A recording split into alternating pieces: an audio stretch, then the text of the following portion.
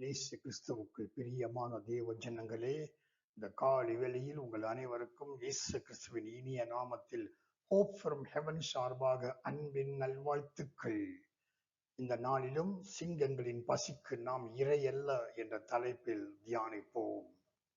கடிகாரம் 12:10 என்று காட்டிக் கொண்டிருந்தது. சபையின் போதகர் பிரசங்கம் செய்து கொண்டிருந்தார். அப்போது 2-3 சபையின் பெரிய தலைகள் எழுந்து வெளியே போனது.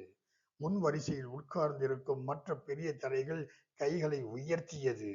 உடனே அடுத்த ஒரு நிமிடத்தில் இன்றைய செய்தியின் தொடர்ச்சியை அடுத்த வாரம் தியானிப்போம் என்று போதகர் ஆராதனையை முடித்தார். பெரிய தலைகள் வெளியே போவதும் உள்ளே இருக்கும் பெரிய தலைகள் கைகளை உயர்த்துவதும் நேரம் ஆகிவிட்டது, ஆராதனை முடியுங்கள் என்று போதகருக்கு சொல்லும் சங்கீத மொழி.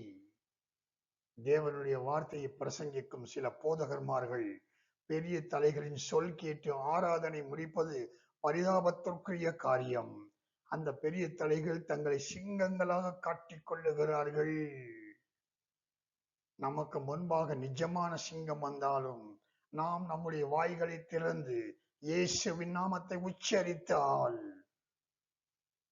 அந்த சிங்கம் பசியாக இருந்தாலும் நாம் உச்சரித்த இயேசு என்கின்ற நாமம் அந்த சிங்கத்தின் பசியை போக்கி அதை தன் வழியே அனுப்பிவிடும்.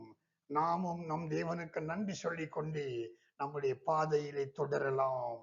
காரணம் என்னவென்றால், தேவனுடைய வாயில் இருந்து புறப்படும் ஒவ்வொரு வார்த்தையிலும் மனிதன் பிழைப்பான் என்று எழுதியிருக்கின்றபடியால் அந்த வார்த்தைகளை நாம் பேசும்போது பசியாயிருக்கும் மிருகமும் மற்றவர்களுக்கு கேடு செய்யும் மனித மிருகமும் பசி அடங்கி தன் வழி சென்றுவிடும். பிரியமானவர்களே, தானியேல் சிங்கத்தின் கெவிக்குள்ளே போடப்படுகிறான். அடுத்த நாள் காலையிலே, தானியேலே, நீ இடைவிடாமல் ஆராதிக்கிற உன் தேவன் உன்னை சிங்கங்களுக்கு தப்புவிக்க வல்லவராய் இருந்தாரா என்று சிங்க கெபிக்கு அருகே வந்த ராஜா கேட்கிறான்.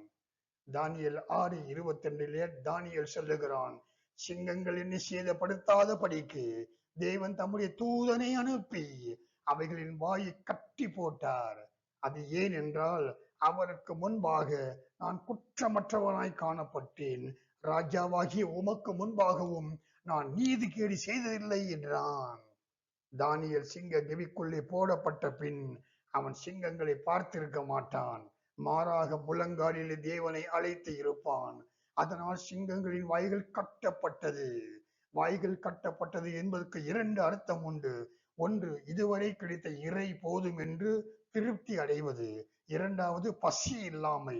பொதுவாக மிருகங்கள் பசி இல்லாத போது வேட்டை ஆடுவது கிடையாது. பிரியமானவர்களே, தானியேல் ஜெபித்த ஜெபம் அந்த கெபியில் இருக்கும் சிங்கங்களுக்கு உண்ணமாகவே மாறிவிட்டது என்று நினைக்கிறேன். தேவ ஜனமே, தேவனுடைய வாயில் இருந்து புறப்பட்ட வார்த்தைகள் தான் நமக்கு வேதமாக கொடுக்கப்பட்டுள்ளது. நம்முடைய சூழ்நிலைக்கு தகுந்த வார்த்தைகளை எடுத்து அதிகாரத்தோடும் விசுவாசத்தோடும் பேசும்போது சிங்கங்கள் தன் வழியே போகும். ஆனால் ஒன்று மட்டும் மனதில் வைத்துக் கொள்ள வேண்டும், ஒவ்வொரு தியானத்திலும் கேட்கின்றபடி வாக்கு தத்தங்களை நாம் சுதந்திரத்துக் கொள்ள வேண்டும் என்றால் நிபந்தனை உண்டு. தானியேல் சொல்வதை பாருங்கள், அவருக்கு முன்பாக நான் குற்றமற்றவனாய் காணப்பட்டேன், ராஜாவாகிய உமக்கு முன்பாகவும் நான் நீதி கேடு செய்ததில்லை. நாம் அவரது கற்பனைகளை கை கொண்டு அவருடைய கட்டளைகளுக்கு கீழ்ப்படிந்து உத்தமனாக இருக்கின்ற போது தேவனுக்கு முன்பாக நாம் குற்றமற்றவர்களாய் காணப்படுவோம். நாம் தேவனுக்கு முன்பாக உண்மையாக இருந்தாலும், குற்றம் அற்றவர்களாய் இருந்தாலும், மற்றவர்களுக்கு தீங்கு செய்யாமல் இருந்தாலும், தானியேலுக்கு வந்த உபத்திரவம் போல நமக்கும் உபத்திரவம் வரும். உபத்திரவம் இல்லாமல் வாழ்க்கை இல்லை. ஆனாலும் அந்த உபத்திரவம் நம்மை சேதப்படுத்த மாட்டாது. தேவனுக்கு முன்பாக நாம் குற்றமற்றவர்களாக இருக்கும் வரையில் சிங்கங்களின் பசிக்கு நாம் இரை அல்ல என்பதை நாம் நினைவில் வைத்துக் கொள்வோம். தானியேலை போல ஜெபிப்போம், ஜெயம் பெறுவோம்.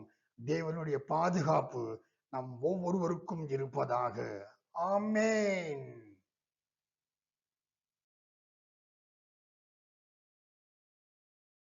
ஜெபிக்கலாம். பரலோக தகப்பனே, உமக்கு எங்களது காலை வணக்கம். தேவனே, இன்னும் ஒரு புதிய ஆசீர்வாதமான நாளை நாங்கள் காணும்படியாக செய்த கிருபைக்காக உமக்கு நன்றி. தகப்பனே, எங்களுக்கு உம்மை அறிந்த மற்றும் உம்மை அறியாத ஜனங்களால் வரும் சகல சாத்தானின் கிரியைகளை வார்த்தைகளை கொண்டு ஜெயம் எடுக்க பலமும் தைரியமும் கொடுத்த உமக்கே நன்றி செலுத்துகிறோம். கர்த்தாவே, தினந்தோறும் எங்களை பிரசன்னத்தினாலே மூடி மறைத்து பாதுகாத்து ஆற்றி தேற்றி அரவணைத்து ஆசீர்வதித்து விசுவாசத்தில் வெல்லப்பட நடத்துகிற அன்பிற்காய் உமக்கே சகல துதிகன மகிமை செலுத்தி இயேசு கிறிஸ்துவின் நாமத்தில் ஜெபிக்கிறோம் எங்கள் பரம பிதாவே. ஆமேன்.